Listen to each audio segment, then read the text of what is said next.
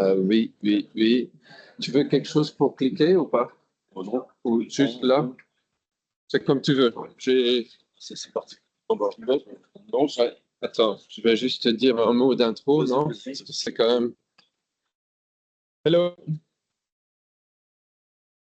bienvenue. C'est déjà la troisième conférence. Donc, on en a encore deux à faire. Donc, demain, c'est Moritz Dorselmann qui vient de Karlsruhe, donc ce sera en anglais.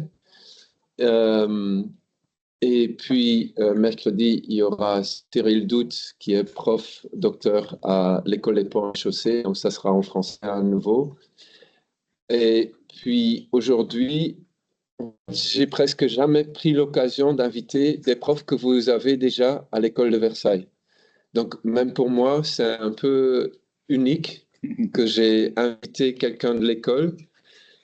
Mais d'un côté, par le thème qu'on s'était imposé, par l'apprentissage par le faire, l'apprentissage sur le biogéosourcé, euh, enfin, tous ces thèmes-là convergent bien sûr à d'autres personnes qui font déjà des cours et que vous avez déjà pu profiter de leurs enseignements ces dernières années. Et maintenant, avec Gilles, on arrive aussi à un cycle, parce qu'on s'est connus déjà il y a 10 ans, quand j'ai commencé. J'ai toujours regardé avec beaucoup d'admiration ce qu'il a inspiré aux étudiants et comment il fait ses propres travaux. Et aujourd'hui, on a finalement l'occasion, et j'ai pris l'occasion et l'initiative de pouvoir le contacter pour nous montrer ce qui fait cette façon unique de M. Ebersold. Merci de l'avoir accepté, merci d'être là, Gilles, et hâte de voir ce que tu vas nous montrer. Eh bien, merci, Classe, pour cette invitation. C'est vrai que c'est l'occasion un peu de montrer aux étudiants de l'école des travaux personnels. Je dois dire que je n'ai pas spécialement basé d'enseignement sur ce thème. Donc, c'est pour ça que ça me fait plaisir d'en parler, parce que c'est un peu ma vie personnelle et professionnelle. Et, euh, et je ne vais pas spécialement intégrer ça dans mes enseignements. Mais enfin, je pense que vous avez tout de même des informations et bien en relation, évidemment, avec ce que vous faites avec classe. Alors, la statique intuitive, si vous voulez, c'est une pratique que j'ai mis en place à l'occasion d'un concept un peu novateur que j'ai lancé il y a un certain temps maintenant, qui consiste à dire que finalement, on peut flotter sur les arbres comme sur l'eau. Alors, vous voyez, c'est plutôt une idée poétique. En fait, pour rien vous cacher, c'est mon sujet de diplôme. Donc, ça date un peu, bien évidemment, mais j'avais lancé ce concept comme une espèce de recherche ouverte sur quelque chose de à la fois poétique et de statique. Voilà. Alors, évidemment, flotter sur les arbres, c'est pas forcément une chose très, très facile. Et la première chose qu'il faut pour flotter, bien évidemment, c'est un bateau. Alors, la canopée, qui est la partie haute des arbres d'une forêt, eh bien, on peut dire que quelque part, c'est un océan vert. Donc, en soi, c'est pas incompatible d'imaginer qu'on puisse flotter sur cet océan vert. Alors, la canopée, hein, pour information, c'est défini scientifiquement comme une interface entre l'atmosphère et la Terre, si vous voulez, dans lequel la partie forestière est très intéressante et surtout extrêmement riche d'un point de vue faunistique et floristique. Hein, vous la voyez là présentée en coupe. Hein, c'est un très joli dessin de Francis Allais. Et qui laisse penser que finalement, cette canopée reste un support éventuellement constructible sur lequel on pourrait flotter. Alors, cette espèce de pseudo-concept que j'ai lancé donc dans les années vraiment lointaines, dans les années 80, j'ai passé mon diplôme en 88, 88. Alors ça, c'est les premiers petits dessins que j'avais représentés pour essayer de percevoir une méthode pour flotter sur les arbres comme sur l'eau. Alors, j'ai fait une première étude qu'on appelle de faisabilité, vous voyez, parce qu'à l'époque, je n'étais pas non plus très certain de mon coup, et je me suis hasardé sur la haie de tuyas de mes parents en Bretagne, avec ce dispositif qui s'appelle les ract haies. Donc, vous voyez, ça montre qu'on peut en fait quand même marcher sur les haies d'arbres, donc sur des supports totalement instables, de réputation tout du moins. Alors c'est très simple, ce sont des jantes de bicyclette occultées par des toiles et qui permettent de répartir en fait le poids sur une surface suffisante pour assurer la stabilité de l'opérateur, c'est-à-dire moi. Alors, le concept, à ce moment-là, si vous voulez, commence un petit peu à se mettre en place. Je m'aperçois que cette histoire, elle a de l'intérêt, elle a du potentiel et que ça vaut le coup de travailler dessus. Alors, d'autant plus qu'en tant qu'étudiant, je n'étais pas tenu de trouver disons vraiment une exploitation concrète au dispositif et je pouvais me contenter de cette description purement poétique d'un objectif quand même un petit peu particulier parce que quand j'expliquais à l'époque à mes partenaires potentiels les flotter sur les arbres comme sur l'eau, ils considéraient que c'était une idée complètement farfelue et pas vraiment possible. Et en fait, j'ai considéré ça comme un encouragement, parce qu'une chose pas possible, elle est par définition incroyable. Et en fait, incroyable, c'est tout de même un compliment qu'on peut faire à quelqu'un quand il parle d'un projet. Donc le projet était incroyable. Je me suis dit, il faut vraiment que je persévère et que je trouve une solution pour flotter sur les arbres comme sur l'eau. Il fallait pour ça concrétiser un petit peu le concept. Au départ, c'était un concept un peu vague. Je ne savais pas très bien comment ça allait prendre forme parce qu'il n'y avait pas vraiment de modèle, bien évidemment, là-dessus. Au départ, il y a eu une idée un petit peu générique avec le père d'une copine. En marchant dans une forêt, on imaginait une grande luge qui descendrait au-dessus de la forêt et qui voilà, dévalerait une pente comme un ski.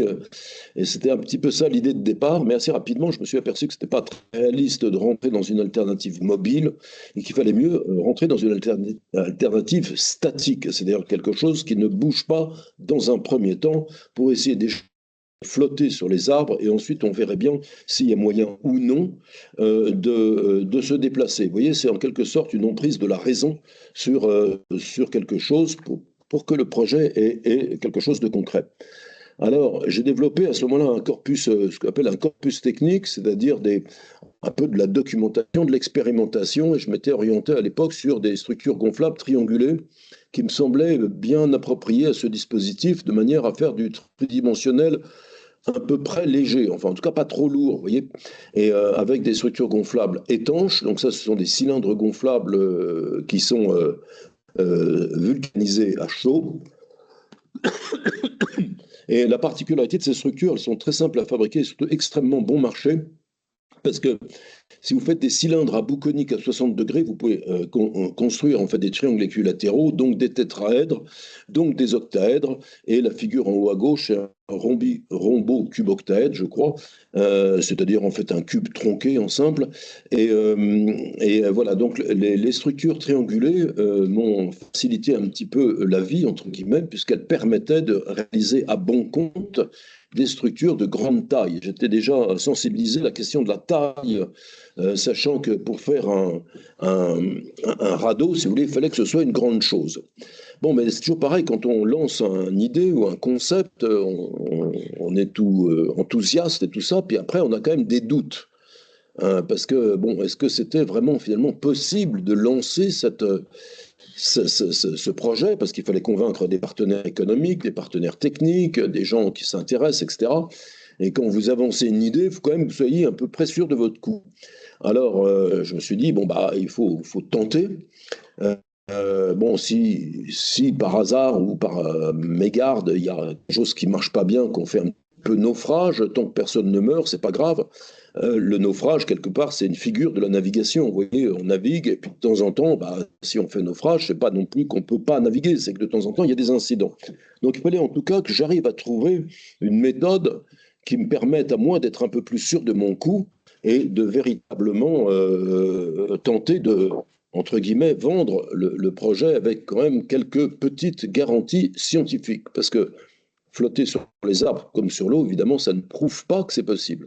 Alors, je me suis lancé dans une petite étude de faisabilité. C'était un petit exercice que je me suis fixé. Là, alors, c'est dommage, j'aurais pu valoriser ça dans le cadre, vous voyez, typiquement d'un mémoire. Ça aurait été vachement bien. Mais bon, à l'époque, il n'y avait pas de mémoire dans mon école, donc je n'ai pas pu le valoriser. J'ai quand même sorti le document dans lequel j'essayais de poser un petit peu la problématique, si vous voulez, sur ce qu'on peut appeler la flèche. Vous voyez, la façon dont une structure peut se courber, sur la forme globale d'une structure, sur des appuis irréguliers, pour essayer de comprendre un petit peu comment on maîtrise une descente de charge de façon aussi incertaine que sur les cimes des arbres, vous voyez, parce que malgré tout, la descente de charge, elle existe, on dit on flotte.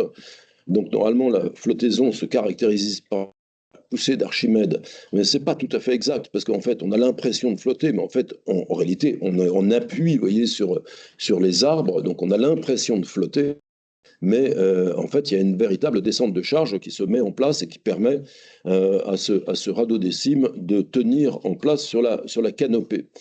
Donc, pour maîtriser cette descente de charge,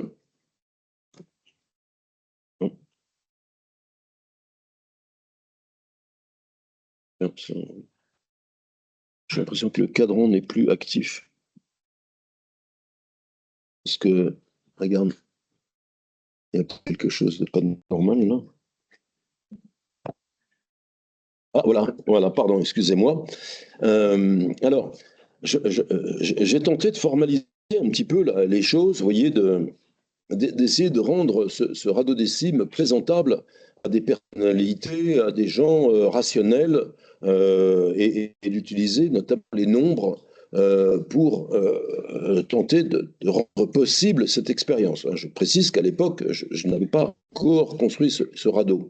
Et je me suis assez vite rendu compte que les unités traditionnelles des bâtisseurs n'étaient pas vraiment utiles. Vous voyez, le poids qui s'exprime en kilogrammes me semblait pas très parlant. Alors j'ai créé un petit système d'unités. J'ai créé une unité rossignol que j'ai appelée heure, qui fait 0,027 kg. C'est le poids d'un rossignol. Et je me suis dit, bah tiens, si je traduisais le poids propre de ma structure en rossignol, qu'est-ce que ça donnerait sur le support? Alors, j'en suis venu au calcul suivant, que je ne détaillerai pas, mais enfin bon, j'ai fait une estimation de l'équipement embarqué, du poids des usagers, du poids moyen d'une structure triangulée.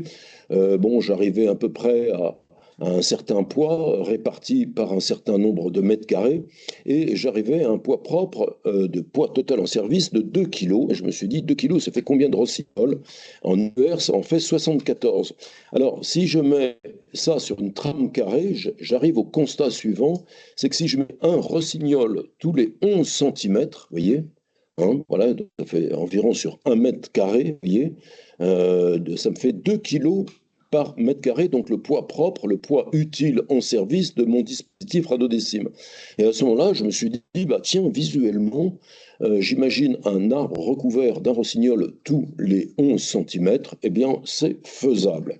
Donc, fort de cet argument, et surtout motivé moi-même par l'entière faisabilité du dispositif, j'ai poursuivi l'étude au-delà de mon diplôme d'architecte, parce qu'à l'époque, je n'avais pas encore tout à fait construit le truc, et je me suis lancé dans des systèmes de maquettes pour essayer de visualiser un petit peu quel pourrait être le dispositif. Et en 1985, vous voyez, ça date un peu, eh bien, j'ai eu l'opportunité de faire déposer par un hélicoptère une première plateforme triangulée, très simple. Ce n'était pas très idéal comme structure, ni comme support, sur la forêt du Pilat, près de Saint-Étienne, un radeau des cimes de très petite taille, c'est, je crois, 70 mètres carrés, une petite chose, on va dire, mais qui avait le bénéfice, c'est que ça me faisait mon illustration pour mon diplôme, vous voyez, parce que là, j'étais encore, là, ça y est, je m'étais inscrit pour passer l'équivalent du PFE, et je m'étais dit, tiens, ce serait peut-être mieux, plutôt que de m'embêter à faire des 3D, parce qu'à l'époque, il n'y avait pas vraiment d'ordinateur, je vais faire le truc en vrai, comme ça me fera des photos. Et effectivement, c'est ce que j'ai montré à mon PFE, et ça a plutôt plu au jury.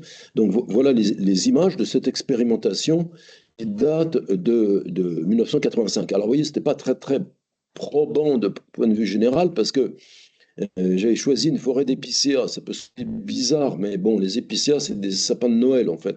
Donc, c'est comme si c'est comme un fakir sur une table à clous, si vous voulez. C'est pas très, très favorable. Mais ce qui était favorable, c'est qu'il y avait un épicéa tous les mètres 50. Donc, vu la taille du radeau, c'était quand même plutôt raisonnable. Et surtout, la forêt, elle faisait pas plus de 10 mètres de haut. Et elle était garnie d'un épais tapis d'aiguilles de pin. Donc, en cas de chute, qui était quand même probable, ça permettait de travailler quand même dans une sécurité à peu près acceptable. Donc, ça a été mis en place de cette façon-là. Alors, j'ai fait un petit bilan de cette première opération. Hein, voilà, j'ai validé la structure, la portance. La manœuvre n'a pas été véritablement validée parce que l'hélicoptère fait beaucoup de perturbations à la pose, donc agite trop le support et en fait génère un enfoncement prématuré de la structure. Voilà. Et puis le bilan économique, bon, ça a été extrêmement bon marché. C'était essentiellement des factures de restaurant, pour tout vous dire, parce que le matériel, je l'avais déjà. Donc voilà. Après, je fais un petit bilan RP pour relations publiques. Ça a été très positif parce que j'ai eu la chance en fait, de rencontrer ce jour-là deux personnages clés dans le développement de ce projet. C'est le professeur Francis Allais, qui est botaniste de son état, et Danny Clémarel, qui est aéronaute et concepteur d'aérostats. Donc, on s'est en fait associés pour concevoir ensemble et mettre en service en Guyane française, donc sur la partie française de l'Amazonie, un premier dispositif. En fait, ils ont été séduits par le dispositif, même s'il était organisé de façon un petit peu folklore, si je puis dire. Eh bien, ça a été suffisant pour les convaincre. Ils ont dit, mais oui, parfait, on va s'associer et on va partir visiter la canopée d'Amazonie ensemble. Vous pensez bien que ça m'a beaucoup excité. À l'époque, j'étais étudiant comme vous. Et évidemment, la perspective d'un voyage de cette nature pour expérimenter un dispositif m'a beaucoup excité. Alors voilà la figure telle qu'elle a été construite et mise en fabrication chez Hutchinson, près de Tours, avec une méthode totalement démodée, malheureusement, mais très performante. C'est la vulcanisation à chaud à partir de caoutchouc cru naturel. C'est véritablement une antiquité, mais ça produit des éléments gonflables extrêmement bon marché et extrêmement résistants. Donc là, on n'est pas du tout dans des textiles contemporains, on est dans du PVC, enfin du polyester, avec une induction PVC extérieure et caoutchouc cru naturel intérieur vulcanisé à chaud. Bon, pour information. Alors, ben voilà, ça n'a pas loupé. L'année d'après, donc en 86, on s'est retrouvés tous ensemble réunis sur une première expérience d'arbrissage sur la forêt de Guyane, avec un dispositif mixte qui combine une montgolfière à air chaud et un radiodécime de forme asymétrique, enfin oblongue, on va dire. Voilà, donc il faisait 350 mètres carrés. Et puis, ben voilà, ça a été assez extraordinaire parce qu'on a pu recevoir des scientifiques et commencer à donner véritablement une application au système. À l'époque, évidemment, quand je tentais de le vendre, c'était avec des objectifs plutôt poético-étudiantesques, si vous voulez. Et puis à partir du moment où il y a le professeur Allais qui s'est mis dans l'histoire, qui a dit qu'on avait besoin d'un outil de ce genre pour explorer les canopées, alors là, ça a intéressé beaucoup les gens. On a trouvé en fait des financements. On a réussi à poser ce premier radeau, mais malheureusement, il s'est effondré parce qu'il y a un des arbres porteurs qui est tombé. Alors là, ça a été la demi-catastrophe, mais pas catastrophe tout de même vraiment, puisqu'il n'y a pas eu de blessés ni rien. En fait, on a juste un peu cassé de matériel, on a déchiré le filet, et malheureusement, on n'a pas pu le sortir avec les moyens dont on disposait, c'est à la montgolfière, et là, on a quand même dû faire intervenir un Puma de l'armée de l'air. Bon, enfin bref, c'était pas très glorieux, mais enfin, au bout du compte, voilà, c'est l'expérimentation, si vous voulez, il faut envisager les dégâts collatéraux, et je dirais que quand il n'y a pas il ne faut pas que les gens soient blessés, il ne faut pas qu'il y ait de choses comme ça, mais on a quand même le droit de casser un peu les choses, et si on ne casse pas deux, trois bricoles, bien évidemment, on n'arrive pas tellement à faire fonctionner les choses. Alors c'était en fait assez modeste, si vous voulez, comme quand on regarde vraiment ce qu'on a fait avec ce radeau. Mais bon, on a utilisé un radeau qui n'était pas dirigeable. Vous voyez, donc on fait un petit bilan de cette deuxième expérience avec une forme, un bilan structure, avec une forme oblongue qui est invalide, parce qu'en fait c'est asymétrique. C'est pour ça qu'on a eu ce problème de rupture. La portance de la canopée, elle valide l'approche initialement annoncée des unités Rossignol. Mais bon, on s'est posé sur des arbres dits pionniers, c'est-à-dire des arbres récents, donc ils sont creux, ils ne sont pas très solides, et c'est pour ça qu'ils se sont cassés. Bon, la manœuvre par ballon air chaud est valide à 70%, mais il y a un défaut de direction, donc la fonction dirigeable sera recherchée par la suite. Et puis le bilan économique, c'était encore assez modéré, puisqu'avec 100 000 euros de l'époque, eh bien, on avait, mais je crois que c'est 100 000 francs d'ailleurs. Bon, enfin bref, avec un budget, disons, à peu près raisonnable, on a réussi à maintenir cette structure en place. Alors après, le bilan ERP, qui n'est pas loin d'être négligeable, parce que la relation publique permet, en fait, dans un projet, de se développer à l'avenir, parce qu'il ne suffit pas de faire les choses une fois, mais on essaye de faire des dispositifs pérennes. Là, on a eu une super retombée média, et notamment des publications au Japon qui ont généré une commande beaucoup plus prestigieuse et surtout un vrai financement de construction. Alors, à ce moment-là, j'ai refait une petite étude statique sur ben voilà, comment arriver véritablement à fixer ces éléments pneumatiques les uns les autres, comment étudier le flambement, comment étudier le principe de l'encastrement, enfin toutes ces notions que vous avez suivies à l'école, que j'avais suivies moi aussi. Donc j'ai essayé de les appliquer, puis j'ai aussi essayé de calculer la résistance au flambement d'une poutre gonflable. En fait, c'était très compliqué parce que enfin, les gens, maintenant on arrive à le faire, à l'époque, c'était pas modélisé. Donc, au bout du compte, j'ai un peu échoué dans ma tentative de modéliser ça. Et j'ai finalement commandé un élément de la taille qui me semblait bonne, c'est-à-dire 12 mètres de long. J'ai mis entre deux tréteaux. Je me suis dit, si j'arrive à passer dessus et à tenir le porte-à-faux sur 12 mètres, enfin, disons, le franchissement sur 12 mètres, eh bien, ça me suffira bien. Donc, ça m'a affranchi d'un certain nombre de calculs qui étaient à l'époque, je pense, très difficiles à faire. Enfin, on savait les faire, mais en tout cas, moi, je n'avais pas accès. Donc voilà, on a dimensionné le dispositif, on a étudié aussi, bien évidemment, parce qu'on rentrait dans des hypothèses de poutres gonflables de grand diamètre, parce qu'il fallait faire des franchissements importants. J'étais parti de l'idée qu'il fallait faire un radeau de 600 mètres carrés, parce que j'avais un cahier des charges de ce qu'on appelle le lift, c'est-à-dire la portance potentielle du dirigeable. Donc je connaissais le poids pour mètre carré à peu près, j'ai pu faire des évaluations et je voyais assez vite qu'il me fallait des poutres gonflables d'environ 1 mètre de diamètre. Donc ça génère une tension dans la membrane assez importante si on veut mettre la pression, et surtout une tension encore plus importante quand les effets de la chaleur se font ressentir et font augmenter de façon très importante la pression intérieure. Voilà, donc c'était la maîtrise un peu de la pression, et voilà le plan de l'époque. Donc c'était une structure très simple de conception, puisque c'est un hexagone. Donc l'hexagone, comme vous le savez, c'est un assemblage de triangles équilatéraux. Donc la forme est la même, que ce soit en périphérie ou en rayon. Et puis chacune des faces est occultée par un grand filet en aramide. Là, par contre, on avait des matériaux de très belle qualité pour un poids très raisonnable. Je crois que ça pèse 250 grammes au mètre carré. Donc la structure était conçue comme ça, avec ce système que je vous ai présenté tout à l'heure de cylindres à bout conique à 60 degrés et des assemblages voilà, assez performants. Bon, je passe rapidement sur les impératifs du dimensionnement du dirigeable à air chaud qui a été construit en Angleterre par mon ami associé Denis Clay-Marel. Donc c'est un dirigeable à air chaud qui mesure, enfin qui a un volume de 8500 mètres cubes pour lever la charge de 850 kg que représente le radeau. Donc il a fallu, alors, ça fait quand même 48 mètres de long, c'est un très gros objet qui est très vite sollicité par les effets de pression au vent. Voilà, donc il fallait encore suspendre sous ce dirigeable la plateforme du radeau, ce qui était assez complexe parce qu'il fallait suspendre de façon tangente.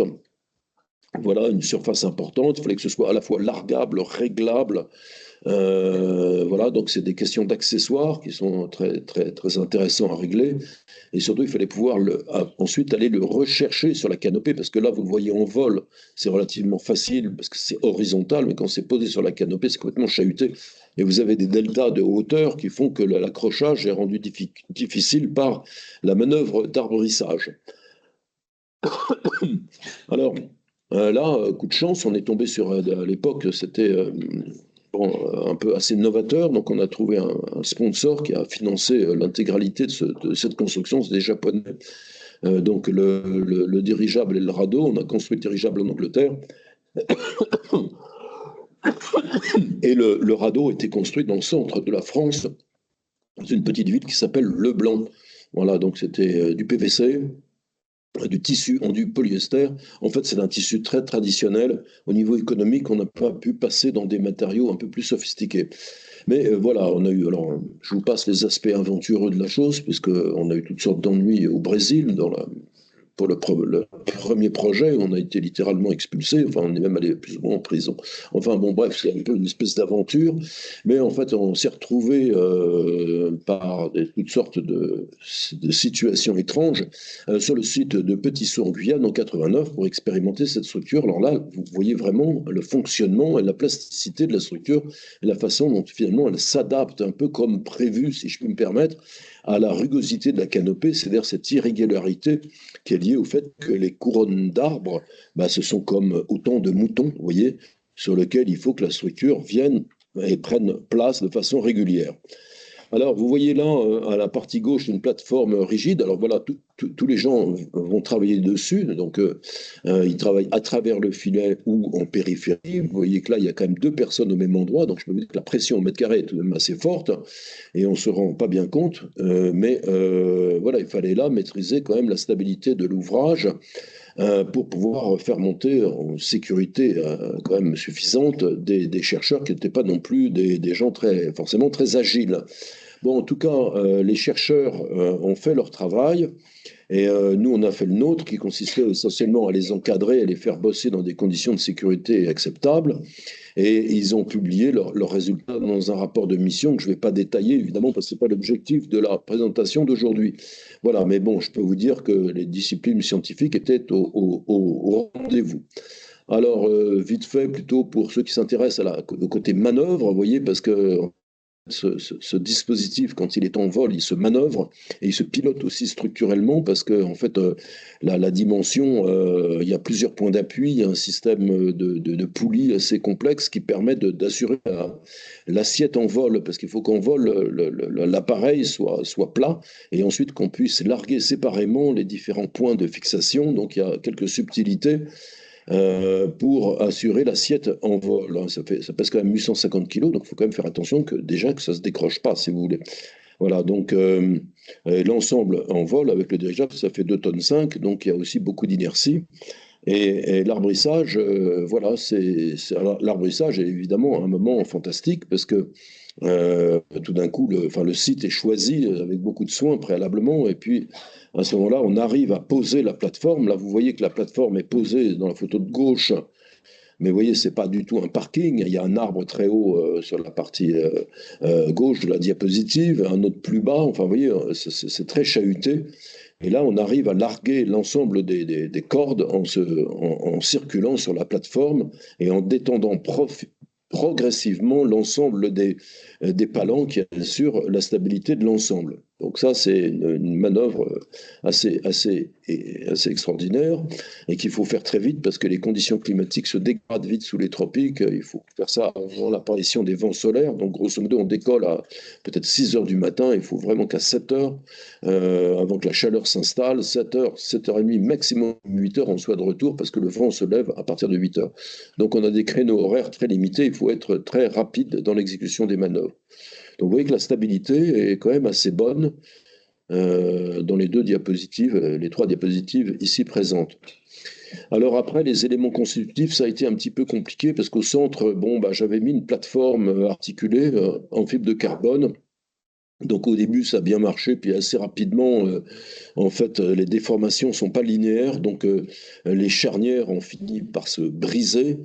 Ça a été un peu la catastrophe. On a dû remplacer une partie des plateformes par des échelles. Enfin, il fallait tout le temps un peu bricoler sur place. Une échelle, c'était pas suffisant. Il fallait en ajouter deux.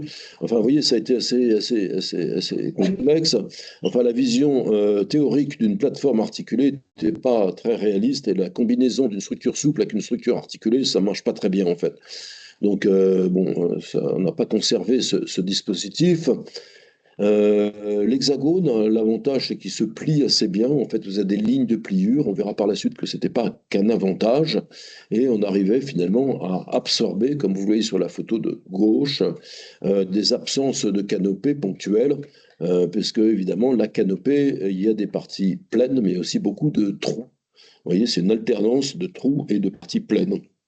Donc voilà, l'art de la pose du radeau, c'est de choisir bien son site de pose. Vous voyez sur cette diapositive en couleur à droite, bah, c'est pas n'importe où, on peut pas juste poser ce truc-là aléatoirement. Il faut choisir avec beaucoup de soin le site d'arbrissage.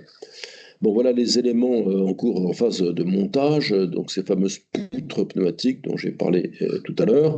Mais bon, en fait, tout ça n'a qu'un temps puisque il y a beaucoup de problèmes qui se sont qui ont et voilà, qui était lié, si vous voulez, à la nature propre du matériau. Le PVC a par exemple un très mauvais bilan au niveau des UV. Hein. C'est pas un matériau très vertueux, c'est un matériau très bon marché, très facile à souder. Mais bon, il tient très mal les UV, il est difficile à recycler. Donc moi, je fais pas beaucoup de publicité pour le PVC, même si je m'en suis beaucoup servi. Alors, on a eu par exemple des gros dégâts sur les arbres, des crevaisons, même des explosions liées à la surpression. Alors là, ça devient tout à fait dramatique. Vous imaginez bien quand il faut réparer ces trucs-là à 30 ou 40 mètres de haut, c'est assez laborieux. Et bon, même si sur la canopée, c'est moins humide que dans le sous-bois, eh bien, voilà, il faut quand même assurer le truc. Alors, malheureusement, avec la perte de la densité du PVC, on a eu aussi des dégâts sur tous les collages qui se sont. Oui, là, je vous montre vraiment ça. Ça, normalement, je ne le montre pas. Hein, c'est vraiment parce que vous êtes étudiant, parce que ça, c'est vraiment un peu une petite catastrophe que vous voyez à gauche. Donc, on a démonté toutes les plateformes carbone centrales. Et puis, on a réussi à se débrouiller avec une grosse serre en aluminium pour faire la reprise de charge lors du levage avec le dirigeable. Mais bon, ça n'a pas été suffisant. On a eu des problèmes de pression. Il y a eu des boudins qui ont explosé. Donc, bref, on a eu des affaissements ponctuels, notamment en partie centrale, et des décollements des cônes. Vous voyez là, le cône qui pend comme une petite fleur en haut à droite, en fait, ça s'est arraché. Donc, à partir du moment où ça s'est arraché, si vous voulez, la forme est plus maintenue dans sa dimension originale et ça devient un petit peu catastrophique. La photo en bas à droite, vous voyez, c'est des îloirs qu'on avait positionnés dessous pour faire un peu des reprises en sous-œuvre. Bon, ça n'a pas été très efficace. Malheureusement, ça s'est aussi dégradé. On a dû renforcer ces par des sangles parce que tout ça, si vous voulez, ça se passait un peu sur le terrain. Nous, on était un peu obligés quand même, on avait une obligation de résultat. Il fallait quand même que ça marche. Enfin, il y avait des moments où on était obligé quand même de fermer la structure. Il n'y a que nous qui allions dessus pour y travailler si ce n'était pas recevable. Et puis la partie centrale a été très vite mise hors service.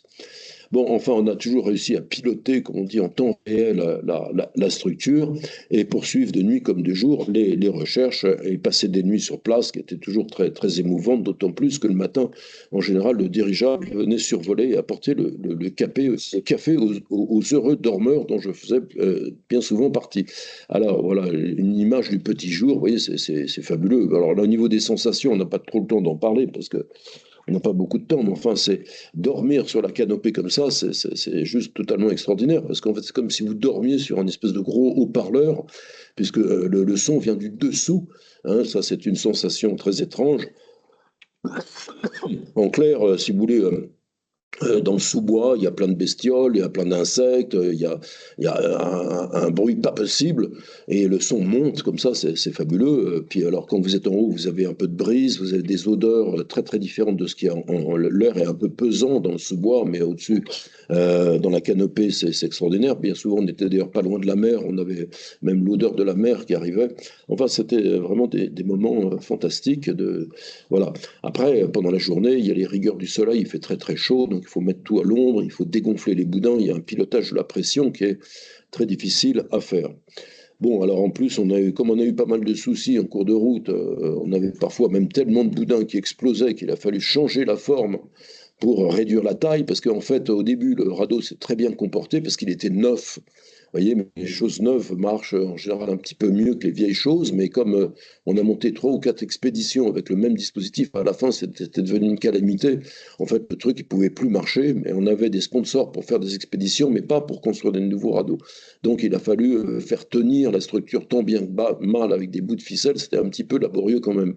Mais bon, on y est arrivé. Et là, on a fait un petit bilan de cette structure qui a tenu quand même pendant 10 ans. Hein, c'était quand même pas mal. Alors, j'y vais rapide parce qu'on n'a pas trop le temps. Mais bon, assez rapidement, on valide la forme circulaire, le dispositif rayonnant aussi. Mais par contre, j'invalide à ce moment-là les systèmes d'articulation, parce que si vous voulez, le système modulaire de construction, c'est-à-dire ces cylindres à bout conique, c'est un bénéfice économique, c'est facile à construire, c'est pas cher, et puis c'est articulé, donc quelque part ça plie, mais ça plie un peu trop. Donc en fait, c'était pas une très bonne solution. Et puis, le bilan portance de la canopée est assez bon, bilan manœuvre relativement bon. Économiquement parlant, c'est passé, et puis on a eu une bonne retombée média. Donc, à ce moment-là, on a développé d'autres systèmes de structure dont je parlerai après, mais là, je vais continuer en parlant du troisième génération de radeaux, hein, donc pour parler encore statique et de voir sur quelle base structurelle nous avons engagé la suite des opérations pour partir en fait à Madagascar. Alors là, je suis parti sur une hypothèse, c'est celle sur laquelle vous travaillez visiblement, parce que j'ai vu de l'osier dans la cour, j'ai travaillé sur le système du tressage. Je me suis dit plutôt que de rabouter des structures avec des formes triangulaires, des espèces de nœuds, qu'il valait mieux finalement les entrecroiser et les mélanger et faire des nœuds par superposition que par interruption. Voyez. Alors, j'ai donc fabriqué cette structure qui s'appelle le Solvin Bretzel, que vous voyez en bas à droite, qui est en fait un tressage d'un seul et unique boudin et qui a beaucoup, beaucoup d'avantages. Je vais vous montrer dans ce petit dessin, vous voyez, à gauche c'était le projet, à droite c'est l'hexagone ancien. Donc j'ai fait déjà un calcul, si vous voulez, approximatif du mètre linéaire de ponton pneumatique dans un cas comme dans un autre. Il y a optimum à gauche par rapport à droite. En clair, il y a moins de linéaire de boudin gonflable à gauche qu'à droite. Vous voyez.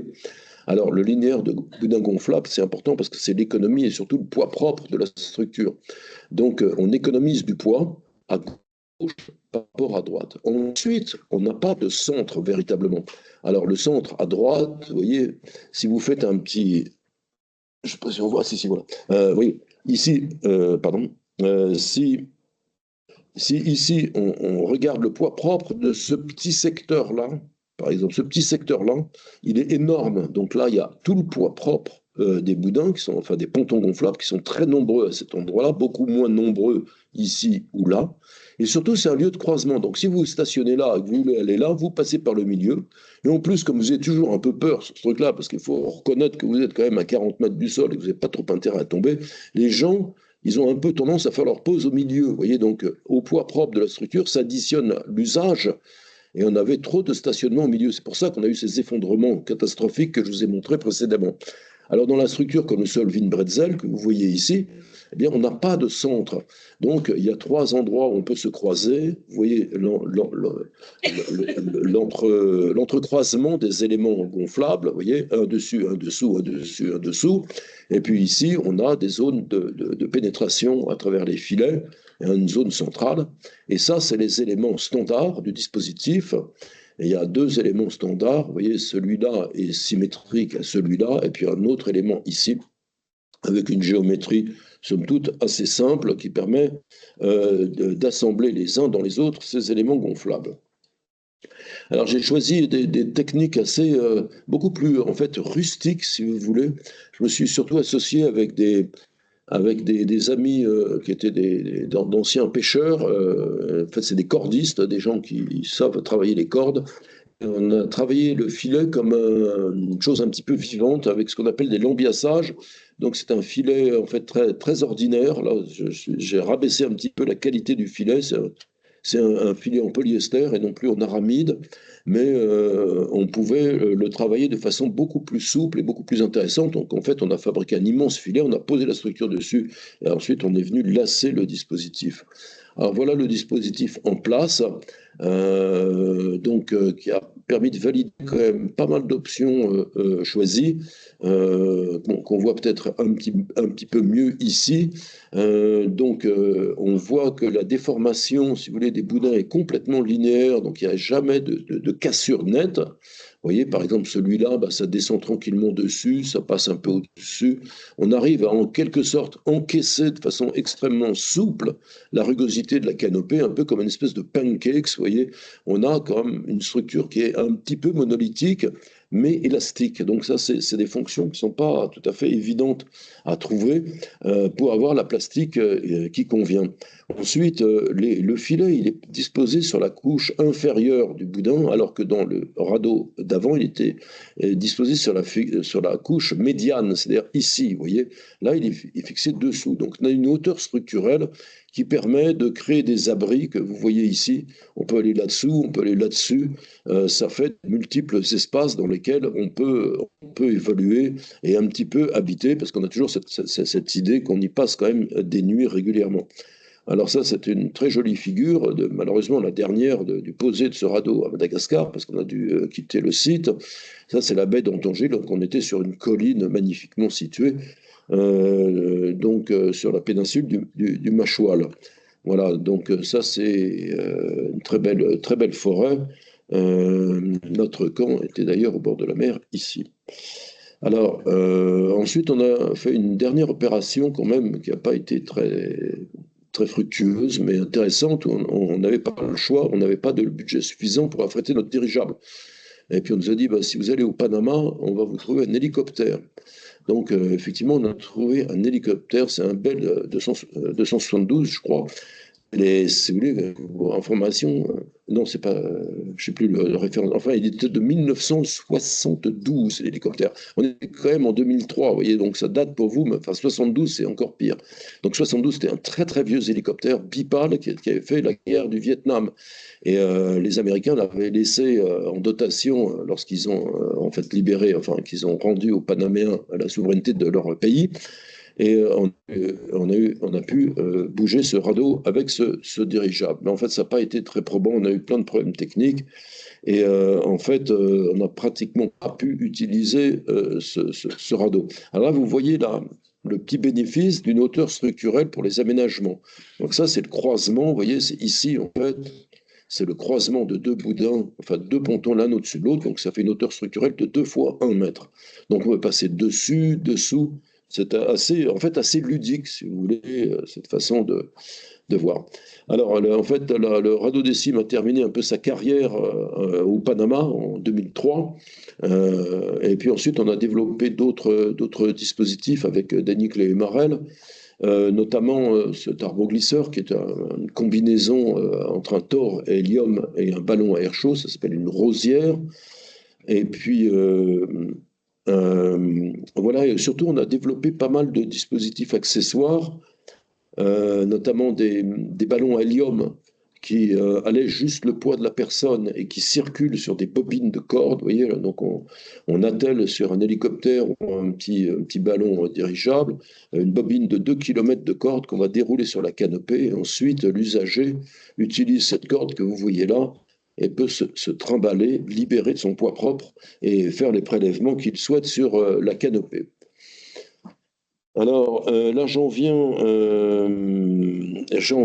à bientôt à terminer cette présentation pour résumer un petit peu les développements qui ont suivi un peu ce radeau Décime. En fait, le radeau Décime a eu un petit problème, si vous voulez, c'est que c'était assez une superbe construction, c'était très intéressant, ça plaisait beaucoup, mais en réalité, ça coûtait quand même assez cher parce qu'il fallait beaucoup de gens pour bouger ce dispositif, et je dirais surtout le dirigeable. Donc assez rapidement, on s'est retrouvé avec des budgets inférieurs. Le truc était un peu moins nouveau aussi, donc c'était plus difficile de mobiliser des sponsors. Donc on s'est dit, il faut qu'on arrive à changer un peu ce qu'on appelle nos postures en canopée.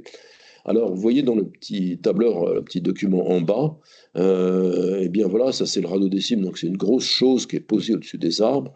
Ici, c'est l'ICOS, qui est un dispositif en aluminium que je vais peut-être présenter après. Et ici, c'est l'étoile décime que je vais présenter très, très rapidement, qui est un système autotendant. Alors là, on utilise de façon beaucoup plus généreuse des matériaux contemporains, parce que là, c'est plus du gonflable. Là, c'est des tubes en fibre de carbone. En fait, c'est des mâts de planche à voile. Et puis, ça, c'est du Vectran, donc c'est des bouts extrêmement solides. Et c'est un système qui permet de faire des structures autotendantes. Je pense que vous les avez peut-être un peu étudiées dans votre cursus. Euh, voilà le système autotendant. Donc, on reviendra sur l'icosèdre après, sur le ICOS. Alors, la structure autotendante, elle est là, au centre, vous voyez.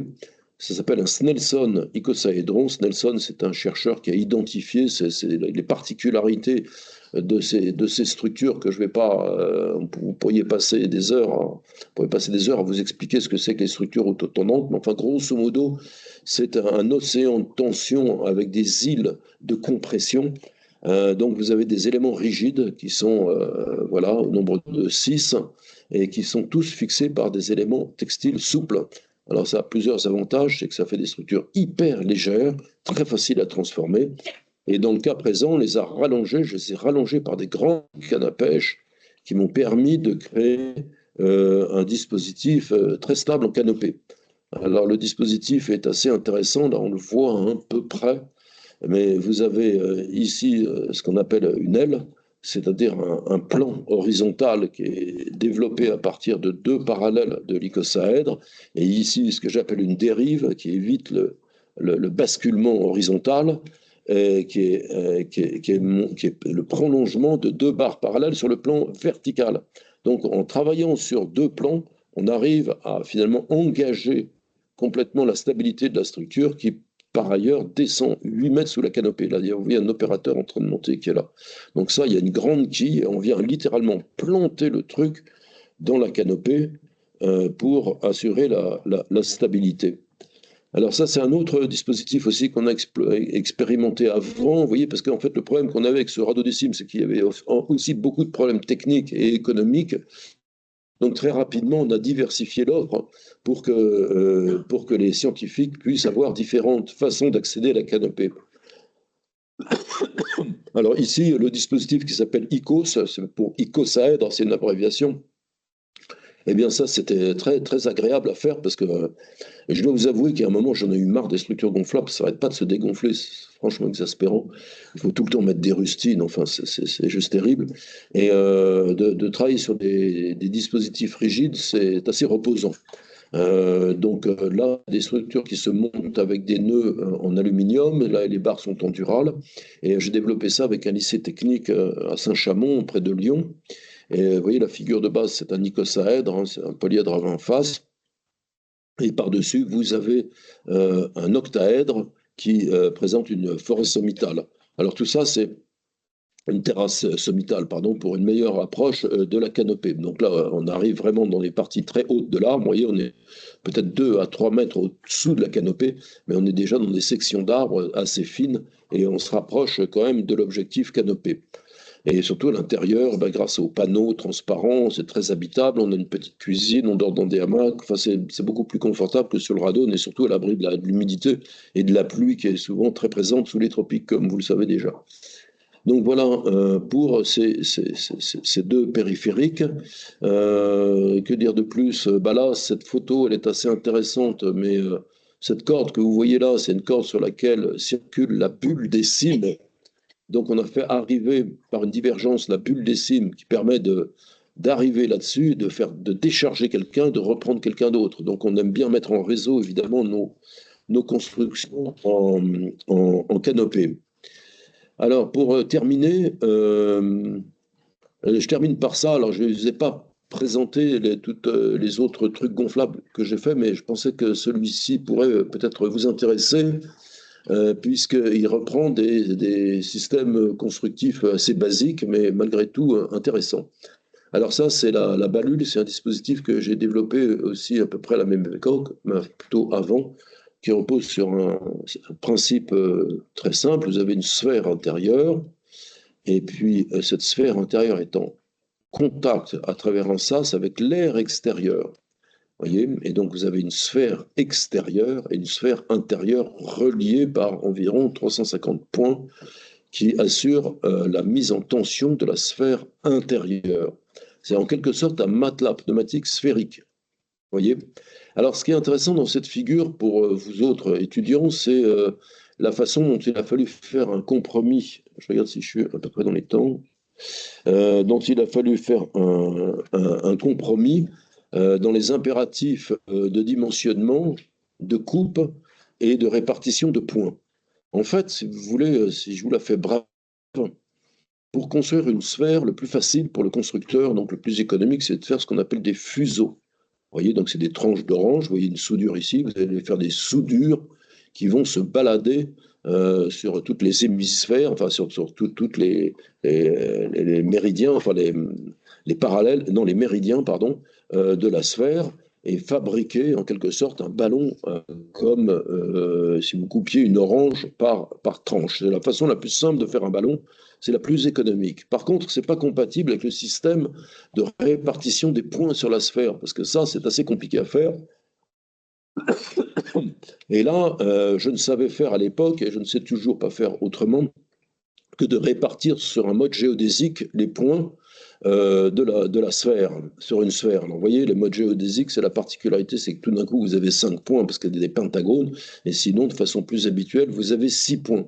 Donc, vous allez retrouver 5, 10, 12 pentagones sur l'ensemble de la sphère, et le reste, c'est que des triangles isocèles un peu tordus.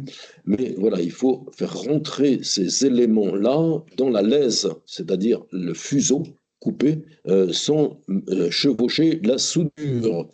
Eh bien, grâce à ça, j'ai utilisé des systèmes de patrons que j'ai mis au point, qui sont assez, en fait, très simples, mais finalement assez sophistiqués, qui permettent d'optimiser les patrons, parce qu'il y a en fait dans les solides platoniciens, et notamment les dérivés sur lesquels a travaillé Fuller, des particularités de symétrie extrêmement intéressantes qui m'ont permis de rendre compatible en quelque sorte le système géodésique avec le système des découpes de fuseaux. Il fallait en fait simplement rendre compatible le nombre de fuseaux avec la figure du pentagone ou de l'hexagone et de faire toutes des figures qui soient déviées l'une de l'autre.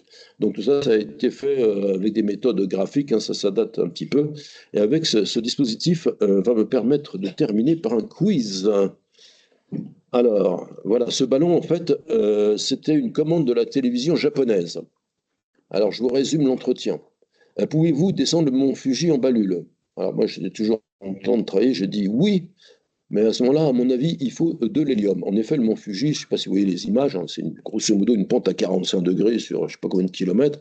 Donc moi, j'imaginais bien que si je descendais par gravité avec une balule le mont Fuji, j'allais m'exposer à différents soucis. Alors, à ce moment-là, bon, j'ai eu plus ou moins la commande et je me suis dit, comment dimensionner la balule? Voilà, la pente est constante, comme je vous l'ai dit, 45 degrés. Et si vous descendez avec un ballon, une pente à 45 degrés, si vous voulez, c'est pas tout à fait comme de la chute libre, mais pas loin. Donc la vitesse que va prendre le truc, c'est juste monstrueux. En fait, ce qui se passe, c'est que l'opérateur, en l'occurrence, c'était moi, parce que je faisais cascadeur à l'époque, vous vous retrouvez centrifugé, c'est extrêmement désagréable.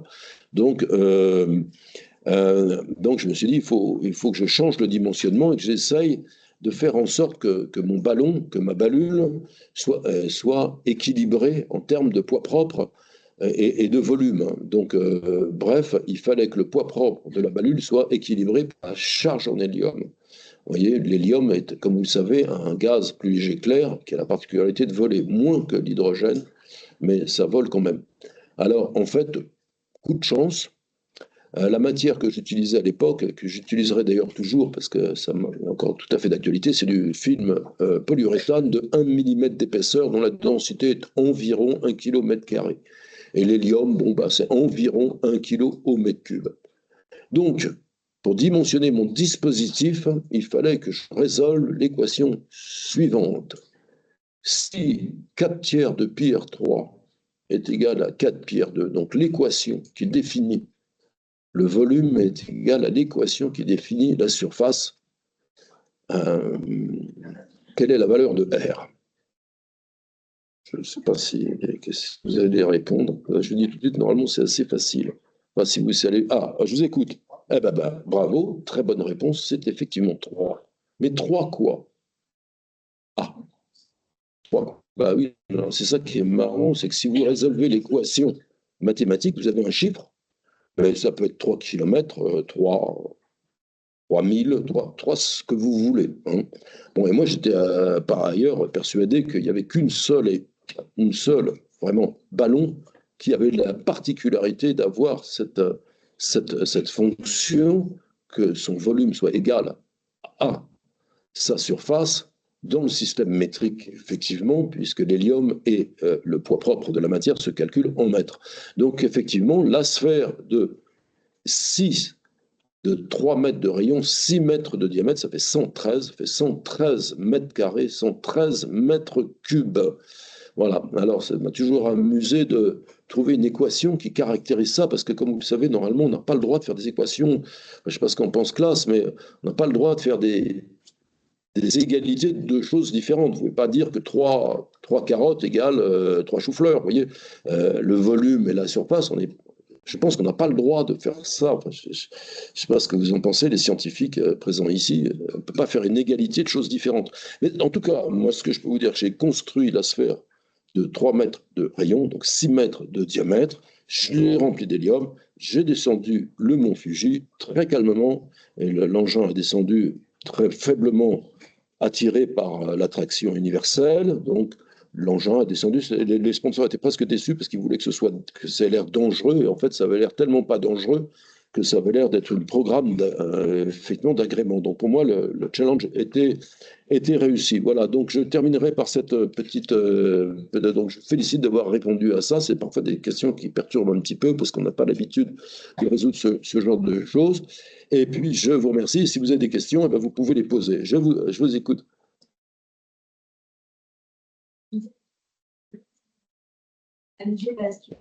En laissant le dirigeable porter un petit peu la structure.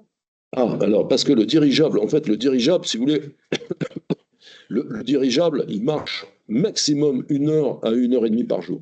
D'abord parce qu'il a une capacité de vol limitée, parce qu'il consomme en fait beaucoup d'énergie. Tout ça, si vous voulez, c'est un peu énergivore, tous ces trucs. D'abord, le dirigeable, il faut le maintenir en température. Donc, il faut avoir des gros brûleurs et vous envoyez des quantités de gaz astronomiques là-dedans pour maintenir la température. Bien évidemment, la température, la membrane du dirigeable est très fine, donc c'est pas, ça se refroidit assez vite.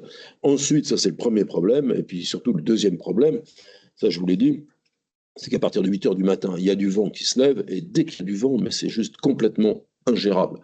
Donc le dirigeable, il fallait qu'il rentre à sa base, qu'il soit dégonflé, rangé dans un sac, et on n'en parlait plus.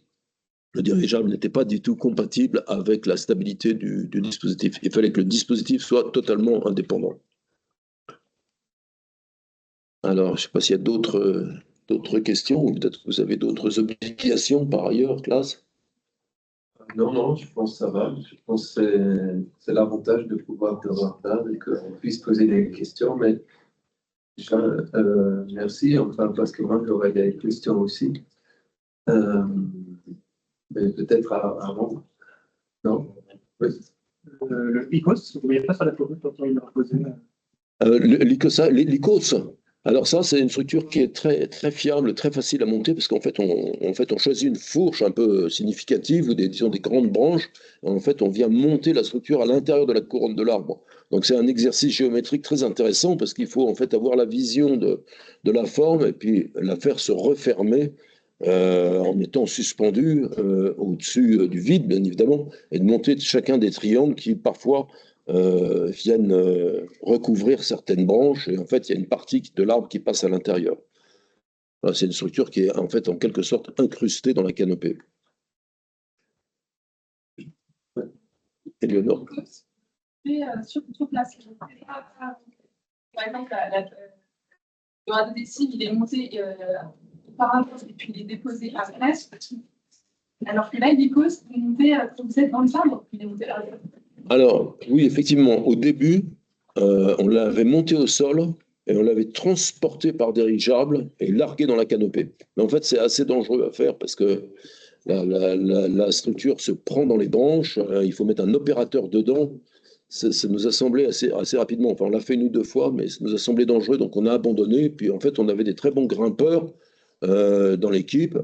Et en fait, on montait dans l'arbre et on assemblait dans l'arbre. C'était beaucoup plus simple. On n'avait pas besoin des contraintes du dirigeable, parce que le dirigeable, il était très sollicité aussi pour les recherches scientifiques. Donc, chaque fois qu'on immobilisait un vol pour des questions techniques, ben, c'était un vol de moins pour les collectes, parce qu'il y a toutes sortes d'autres engins que je ne vous ai pas montrés, la luge des cimes. En fait, je vous ai montré qu'une toute petite partie de notre panoplie. Il y a d'autres appareils qui servent à faire des prélèvements à la volée dans la canopée. Mais il n'y avait pas le temps pour vous montrer tout ça. Alors, voilà pour l'ICOS. Encore des questions? Enfin, Gilles sera là encore un peu, mais donc vous pouvez toujours, il est en train de faire le workshop sur les gonflables aussi, de toute façon. Déjà, ce qui, je pense pour vous, pour les étudiants, ce que je trouve, il y a plusieurs aspects, mais dans le travail que tu as fait, Gilles, c'est aussi ce travail comment dire, de porter regard à tout ce et des observations à tout ce qu'il est autour de toi. Et je pense que là, il y a, enfin, et aussi de sauter entre les différentes échelles et de mettre en rapport différentes choses. Et je pense, là notamment, vous travaillez en petite maquette, on essaye de travailler par la physique, que vous reconnaissez des lois, en quelque sorte, que vous transposez à une idée prospective, enfin, pour explorer de nouvelles choses. Donc, je vois Gilles encore marcher sur la haie. C'est finalement, on fait la même chose et on porte croyance à la petite échelle pour pouvoir l'utiliser dans son imaginaire. Et je pense que c'est la beauté et la capacité de l'architecture, en fait, ce que vous avez. Et là, de ne pas vous mettre des limites non plus, parce que j'ai vu un groupe tout à l'heure qui disait, mais on l'a rendu plus simple. Ce qu'en soi, c'est très beau, pourquoi pas. Mais il ne faut pas avoir moins d'ambition pour autant. Et je pense que c'est un peu dans le village. On voit les petits, on voit la route que Gilles a pu prendre, combien d'étapes d'amélioration dans le temps il faut pour arriver à un produit qui est bon. Bien sûr, il le faut.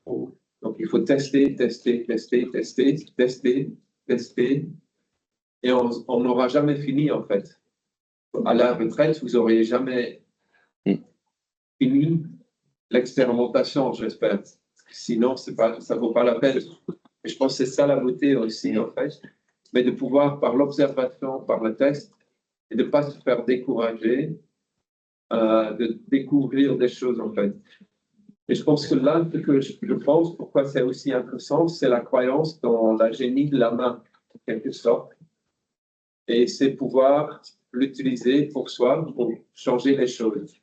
Ce que je voulais savoir, Gilles, imaginons, tu vois, maintenant on est quelques années plus tard, il y a tous les outils digitaux aussi qui pourront nous aider beaucoup pour pouvoir imaginer des solutions aussi. Je pense, quand je vois des découvertes, qui sont tout autant complexes dans leur approche, tu as un savoir de main, bien sûr, que tu as apporté toi-même.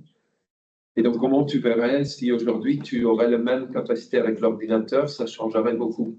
Ah bah, moi, j'ai utilisé, moi je ne savais pas, en fait, pour rien vous cacher, mais j'ai loupé l'informatique à 2 ans près. C'est-à-dire que quand j'étais étudiant, j'ai eu en licence cours d'informatique. Je peux vous dire que c'était vraiment hyper barbant, parce qu'on a passé une journée entière, c'était MS-DOS, pour tracer une droite. Bon, alors là, je faisais déjà mes trucs un peu comme ça. Je peux vous dire que j'ai trouvé ça vraiment hyper barbant et j'ai loupé complètement le train de l'informatique. Bon, sauf pour Excel, Internet et tous ces trucs et Word. Bon, mais pour tout ce qui est dessin informatique, j'ai loupé complètement le train.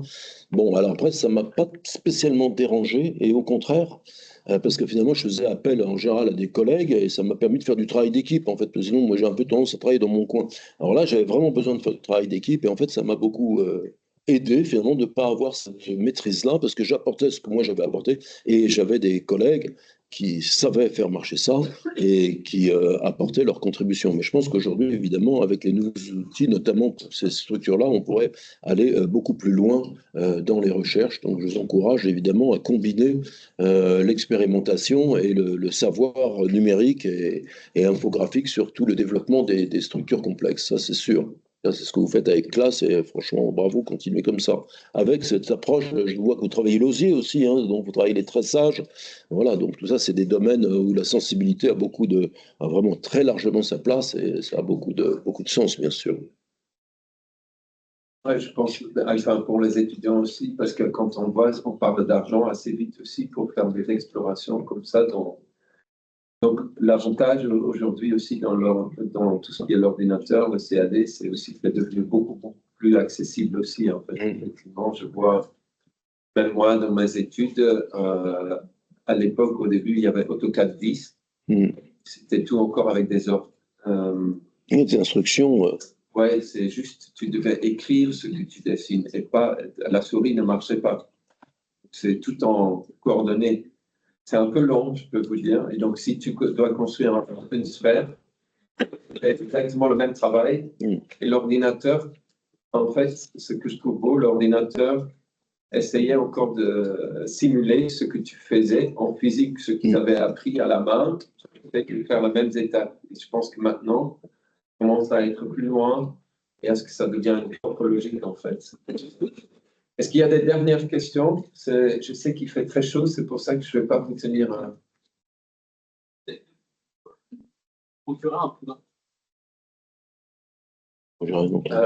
Comment tu as fait pour avoir un poumon, l'hélicoptère? Ah bah ça, on est allé pleurer au ministère des Armées. Non, on est allé voir la garnison en place, on était vraiment mal, hein, on ne savait pas comment faire.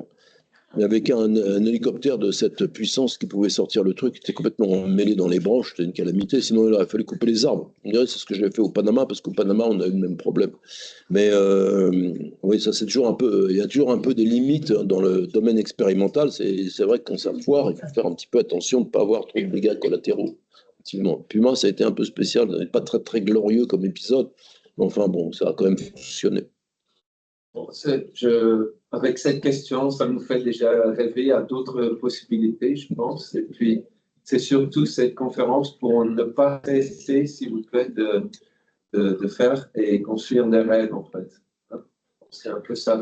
Voilà, puis comme je disais à une de ces étudiantes-là, si vous faites des trucs incroyables et que les gens vous disent « mais c'est pas possible ce que tu veux faire, ça marchera jamais », prenez ça pour un encouragement. Tout ce qui est incroyable, c'est forcément un compliment qu'on peut vous faire sur des créations. Donc il faut vraiment engager la voie de l'expérimentation et de la recherche, et surtout en architecture comme dans les autres domaines. Bon, merci beaucoup.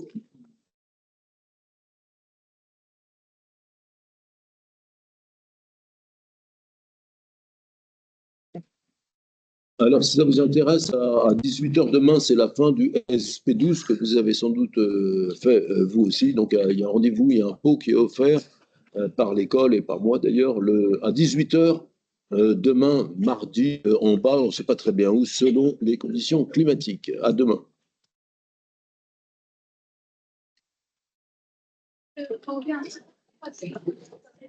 Pardon?